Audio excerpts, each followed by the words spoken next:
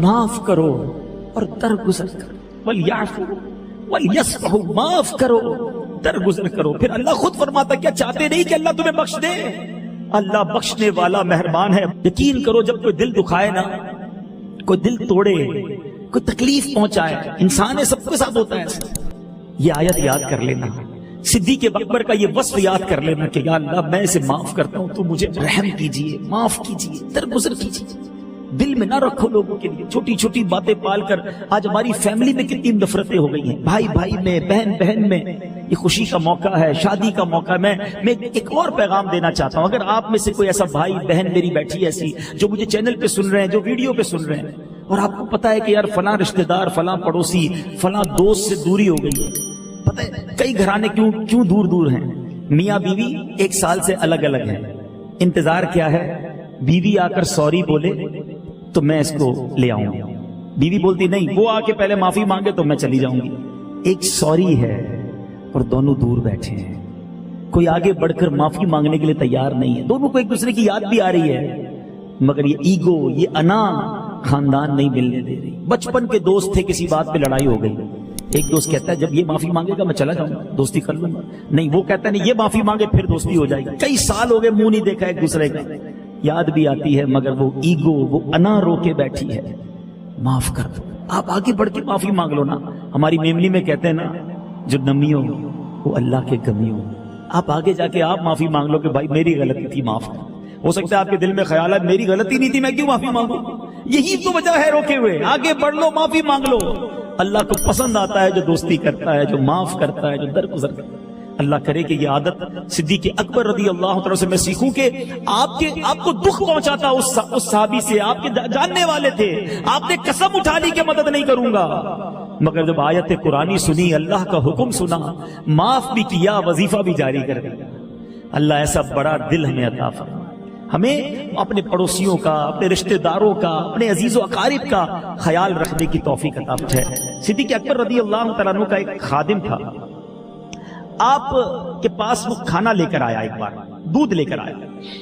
आपने वो जब दूध पी लिया तो गुलाम ने अर्ज की कि हुजूर, मैं पहले भी जब कोई चीज पेश करता था तो आप उसके बारे में हमेशा पूछते थे कि कहां से लाया हो। इस दूध के बारे में आपने मुझसे पूछा नहीं, मैं किधर से लाया। सिद्दीक़ अकबर रज़ी अल्लाह तआला ने पूछा, अच्छा बताओ फिर दूध किधर से लाया हो? कहा हुजूर, बात यह है कि जमाना है जालियत में, जब मैं भी ईमान नहीं लाया था, मैंने एक बीमार पर मंत्र फूंका था, आज उसके मुआवजे में मुझे ये दूध मिला। यानी वो गैर इस्लामी जो मंत्र होते हैं, यानी ये हराम की कमाई थी। अब सिद्दीक़ अकबर रज़ी अल्लाह तआला जब ये सुना ना, आप परेशान हो गए, बेकरार हो गए। आपने अपने हलक में उंगलियां डाली और दूध को उगल दिया, और उसके बाद अल्लाह की बारगाह में निहायत आजिज़ी के साथ अर्ज की, या अल्लाह, जिस पर मैं कादिर था वो मैंने कर दिया, उस दूध का थोड़ा हिस्सा जो मेरी रगों में रह गया है, मेरे मालिक को तू माफ कर दे। ऐ सहाबा के चाहने वालों, ऐ सिद्दीक़ अकबर रज़ी अल्लाह तआला से मोहब्बत करने वालों, ये थी शान सिद्दीक़ अकबर। हराम का एक कतरा भी पेट में ना जाए। गलती से, पता नहीं था, अनडेलिबरेटली चला गया तो क्या कैफियत की, सब निकाल दिया। बेकरार हो गए, गिड़गिड़ाने लगे, माफी मांगने लगे। मगर आज हमारी रोजी का क्या हाल है? याद रखो मेरे बीचे इस्लामी भाई, हराम और हलाल ये बड़ी वाज़ेह चीज है, इससे दूर होना बड़ा जरूरी है। सारी नमाजें, सारी इबादतें, रोजे, सदके, खैरात, ये सब जब काम आएंगे जब रोजी हलाल होगी। आज बंदा कहता है पैसे आने चाहिए, कारोबार चलना चाहिए, बैंक बैलेंस बढ़ना चाहिए, चाहे हलाल से आए चाहे हराम से आए।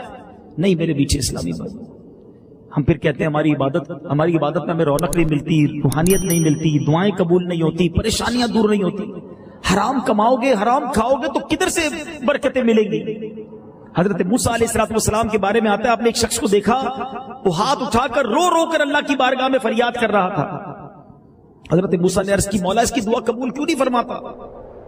अल्लाह ने फरमाया, मूसा ये इतना रोए कि रोते रोते मर जाए, इतने हाथ उठाए कि इसके हाथ आसमान को छू लें, मैंने इसकी दुआ कबूल नहीं करनी। कहा या अल्लाह क्या वजह है? फरमाया मूसा, वजह यह है कि जो ये खाता है वो हराम है, ये जो पहना हुआ है ये हराम है। अगर खाना हराम है, लिबास हराम है, कमाई हराम है, تو پھر دعائیں قبول نہیں ہونی، پھر عبادتیں قبول نہیں ہونی. جس کے پیٹ میں حرام کا ایک لقمہ جاتا ہے اللہ اور اس کے فرشتے اس پر لعنت کرتے ہیں. خدا را سمجھو جو میرے اور آپ کے نصیب میں ہے نا وہ کوئی چھین نہیں سکتا ہے، اور جو میرے اور آپ کے نصیب میں نہیں وہ کوئی دے نہیں سکتا ہے. صبر کرو، اللہ حلال میں ہی دے گا. جلد بازی، شارٹ کٹ کہ نہیں جناب حلال کمائیں گے تو پیچھے رہ جاؤں گا، ساری مارکیٹ آگے بڑھ گئی، سب نے بڑے بڑے بنگلے بنا لیے، میں تو کرائے کے گھر میں ہی رہ جاؤں گا.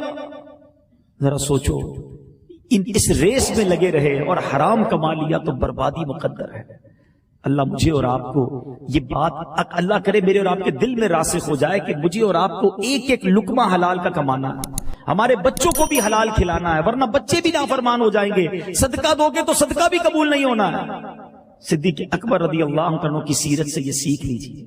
آخری بات، قیامت کے دن یہ جو کچھ لوگوں کہے کہ نا شیطان بڑا بڑا مردود ہے، وہ ہمیں ایک عجیب سی فینومینا، ایک عجیب سی تھیوری سکھاتا ہے کہ یار ٹھیک ہے میں حرام کماتا ہوں، تھوڑا سا رشوت کا کام بھی ہو جاتا ہے، تھوڑا سود کی بھی ہو جاتی ہے سیٹنگ، کچھ ملاوٹ ہو جاتی ہے، لیکن میں صدقہ خیرات بہت دیتا ہوں، میں ہر سال حج بھی کرتا ہوں، عمرہ بھی کرتا ہوں، اور جناب غریبوں کی مدد بھی کرتا ہوں، تو یہ بیلنس ہو جاتا ہے.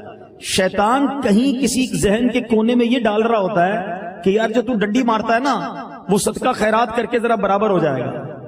یہ بہت بڑی شیطان کی طرف سے سمجھ لیں، یہ بڑا وار ہے، بڑی بھول ہے ہماری.